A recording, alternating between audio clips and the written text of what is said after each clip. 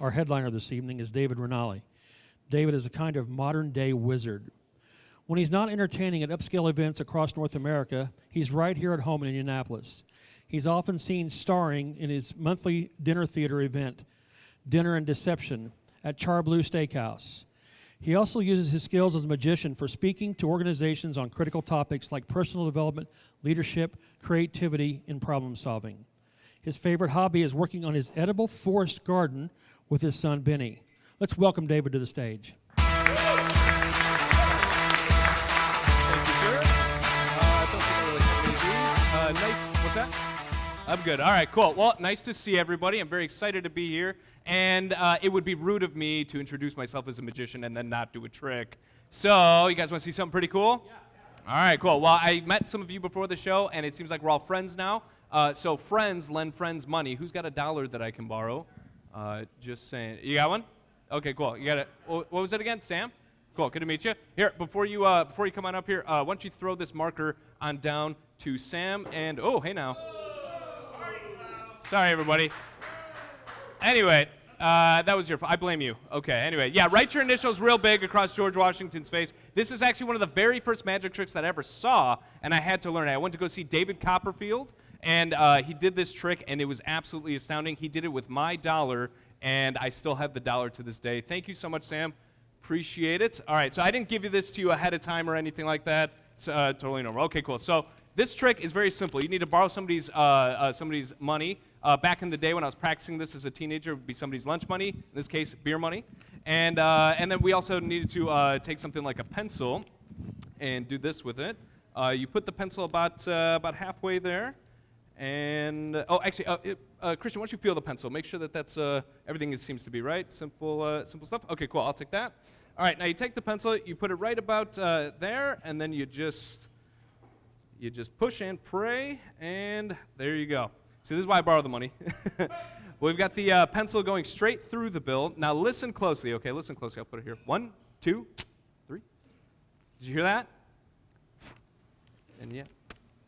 Not bad, miss. Here, if you don't mind. Here, feel the pencil there. That's feel that. That's pretty good, right? Okay, you got it. Okay. All right. Well, I'll do it again, just because you asked, Sam. He didn't ask, but that's okay. All right. So I just placed the bill just right about here, and actually, let me get a better crease on it. Underneath is the spot that you're going to want to watch there. Okay. So you take the pencil, and we make it melt straight through the bill, just like that. There you go. Well, I'd give the bill back, but I think it would be probably more polite. I mean, considering I'm a magician after all, maybe I could take your $1 bill and change it into a $100 bill. That'd be pretty good, right? Then we'd be best friends, huh? Can I get a drum roll, please?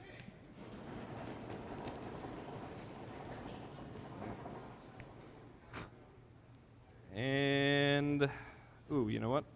Something happened there.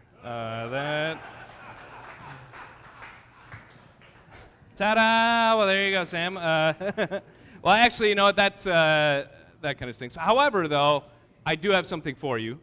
Would you mind sneaking around here for just a second? Everybody clap for Sam. I think he did a pretty good job.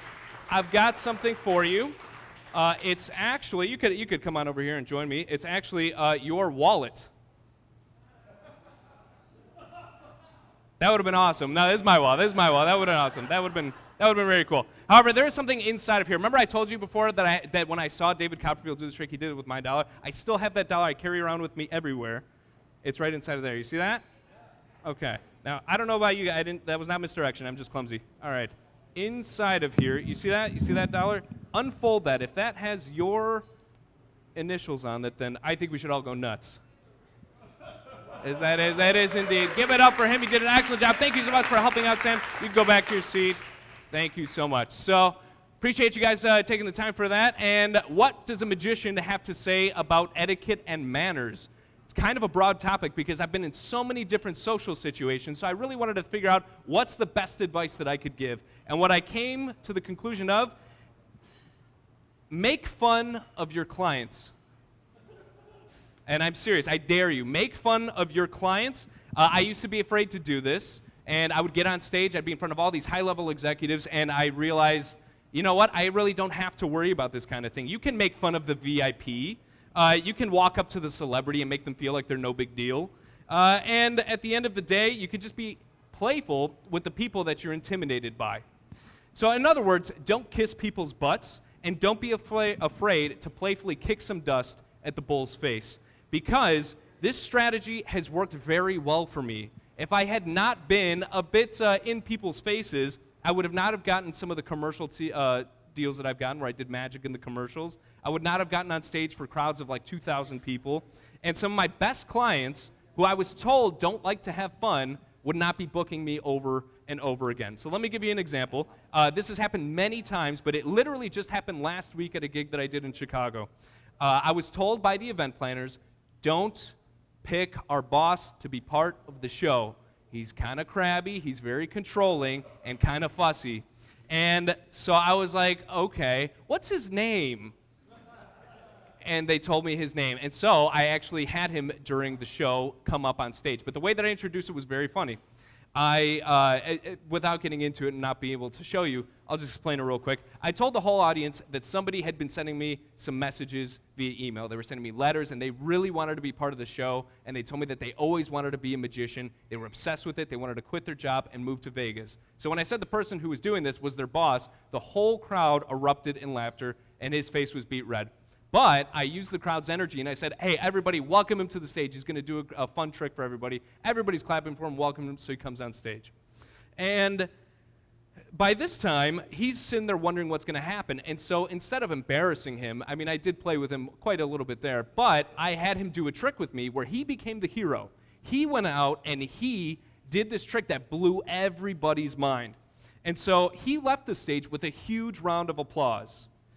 Now, throughout the whole trick, the event planners were mortified. They could not believe that I picked specifically the person that they said not to. But if I had listened to them, then I would not have had that great moment with their boss, and I would not have had the moment after the show when he came up to me and said, you know, I really do want to be just like you. And it was hilarious, and when I told the event planners, they were cracking up too. But it's true. Sometimes the very people that you think will not get on your side because you're being timid won't get on your side. And then when you do actually go through that effort, it pays off. So there are good reasons to joke and laugh with people that you're intimidated by or people that you're not. It builds rapport and enthusiasm. It builds memories together. It humanizes us and keeps us down to earth. So what are some rules of joking? Because we all see the disgraced comedians on TV now. What's some good rules? Well, first of all, don't be afraid to joke with high-level people. In fact, that's often the best way to get to know them. Second, the jokes should be absurd, obviously a joke. If they're sitting there wondering if you're being rude or not, then you're not doing a good job. You got to go back to the writing table. No cheap shots, don't aim low. And your jokes should not harm their sense of power. If you get them in a position where they sort of go a step down in their power, they need to be able to get back to that or feel like they have not been completely crushed in front of the very people that they're in charge of. So that's very important. And last but not least, it's got to be funny. They got to enjoy it, and they got to be thankful that you interacted with them in this way. So it doesn't matter how many people could get on social media and be outraged by jokes or anything. Don't lose your sense of humor, and definitely don't go through life being afraid to joke with people if you're intimidated by them, because it could lead to your next big opportunity. My name's David Ranalli. Thank you guys so much. I still got a minute left, so I appreciate it. Thank you guys so much. Appreciate it. And thank you, Chris. Appreciate it. Thank you for having me.